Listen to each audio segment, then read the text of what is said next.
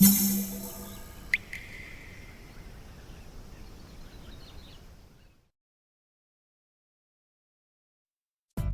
うも、底辺アクアリスト黄昏です。皆さん、ウィークアクアというメーカーはご存知でしょうか？最近すごくノリに乗っていると自分の中で話題の海外メーカーです。基本的に水槽用のライトをメインで出しているメーカーで、高性能な RGB ライトをコスパよく提供してくれています。正直自分が推しているだけで盛り上がってるのは自分の半径1メートル圏内くらいかもしれませんが、こうやって動画で取り上げることで、微力ながらウィークアクアの日本進出の足がかりになれば幸いです。そんなウィークアクアなんですが、最近日本向けのサイトがあることを知り、前回の動画でも紹介しました。日本で正規品を入手するには、今までは代理店であるカプラーアクアさんのサイトでしか購入することができなかったんですよね。それがウィークアクア自体が日本サイトを出したことによって、代理店という選択肢だけでなく、直接購入することもできるようになったわけです。どちらがいいかは保証期間の有無や購入する製品によって違うので、先ほど挙げた2つのサイトで比較検討していただければと思うんですが、若干ですが商品のラインナップも違います。というわけで今回は最近知ったウィークアクアの日本向けサイトでしか売っていないマジで唯一無二の超面白いライトを手に入れたので紹介していきたいと思います。可能性が無限大に広がるライトだと思うので、ぜひ最後まで見てやってください。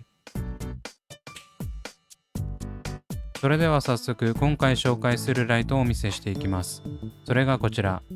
ィークアクア NP10 です。価格は現在6980円。こちらのライトはウィークアクアのカテゴリーの中ではロースペックタイプに分類されるんですが、正直これは他のライトとは全くもってアプローチが違うので、一概にスペックだけでは語れないライトになっています。ちなみに通常価格は 11,800 円ということで、現在は約 40% オフで購入することができます。これに関してはサイトにプレリリース価格とあるように、今後何らかの改良がされれば通常価格に戻ると思われます。このプレリリース価格である理由なども考察しているので、後ほどお話ししていきます。外箱はザ海外製品といった感じで結構簡素です。ウィークアクアの製品はチヒロスの外箱のようにしっかりしているわけではなく、同価格帯のライトに比べてもあんまり金かけてない感があるんですが、このライトは格別に飾り気がないですね。こうやって製品以外のコストを削減することで高コスパなライトが供給できているわけですが、個人的には本体以外の見てくれにお金かけるくらいだったら価格を抑えるか、その分ライト本体の付加価値をつけてほしいと思うタイプなので、こういった梱包は大歓迎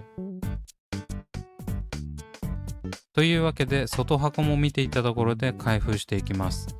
中身は厳重に緩衝材が敷いてあり、一番上にはいつもの簡易マニュアルが入っていました。英語で表記されているのでいまいちわかりませんが、図解されているのでなんとなくニュアンスはわかります。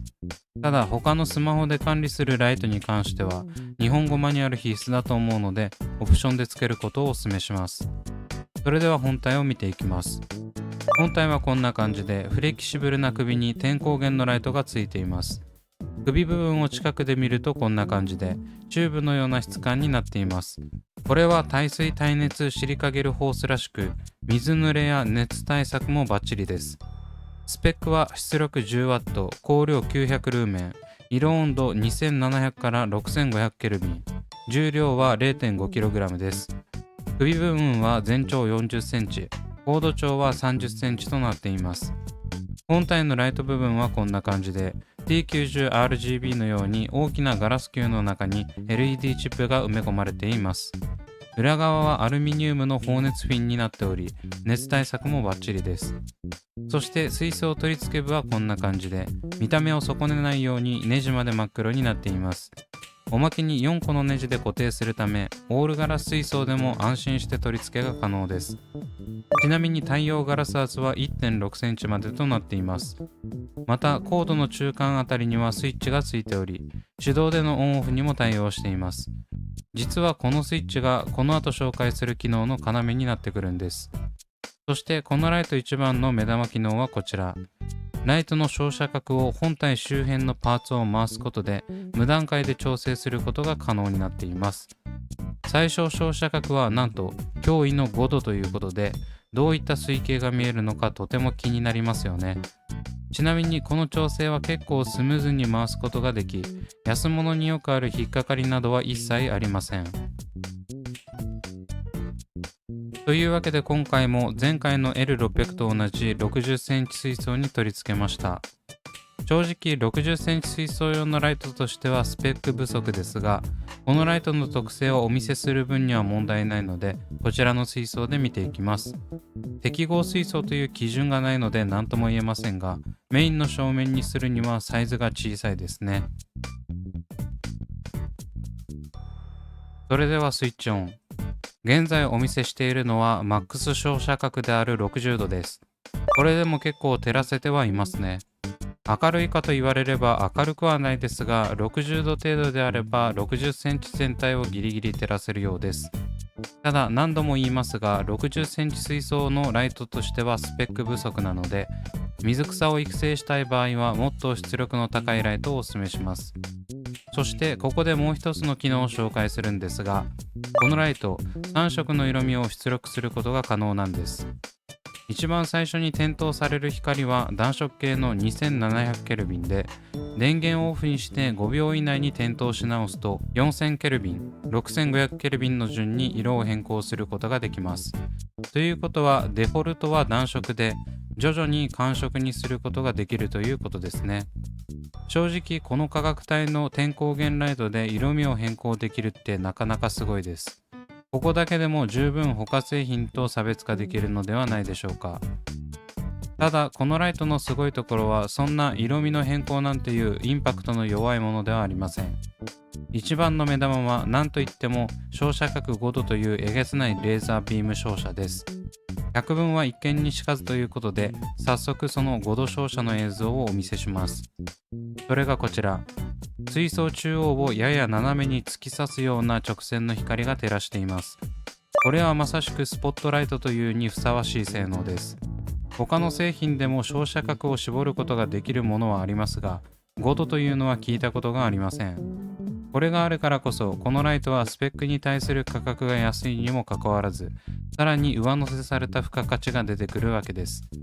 正直この直線のレーザービーム目当てにこのライトを選択したと言っても過言ではありません。それくらい自分はこの機能が一番気に入っています。しかしこのライトを入手できるのは日本国内ではウィークアーカーの日本サイトしかありません。冒頭でもお話ししたように、カプラーカーさんのサイトでもこのライトは取り扱っていないので、買うならウィークアーカーのサイト一択ですね。もちろんこの照射角にしても色味の変更は可能です。暖色から寒色までお好みの色で照らすことができます。水面から見下ろすとこんな感じです。これはなんというか、水槽内でこんな表現ができるとは思いませんでしたね。真下にあるアヌビアス以外は真っ暗になっています。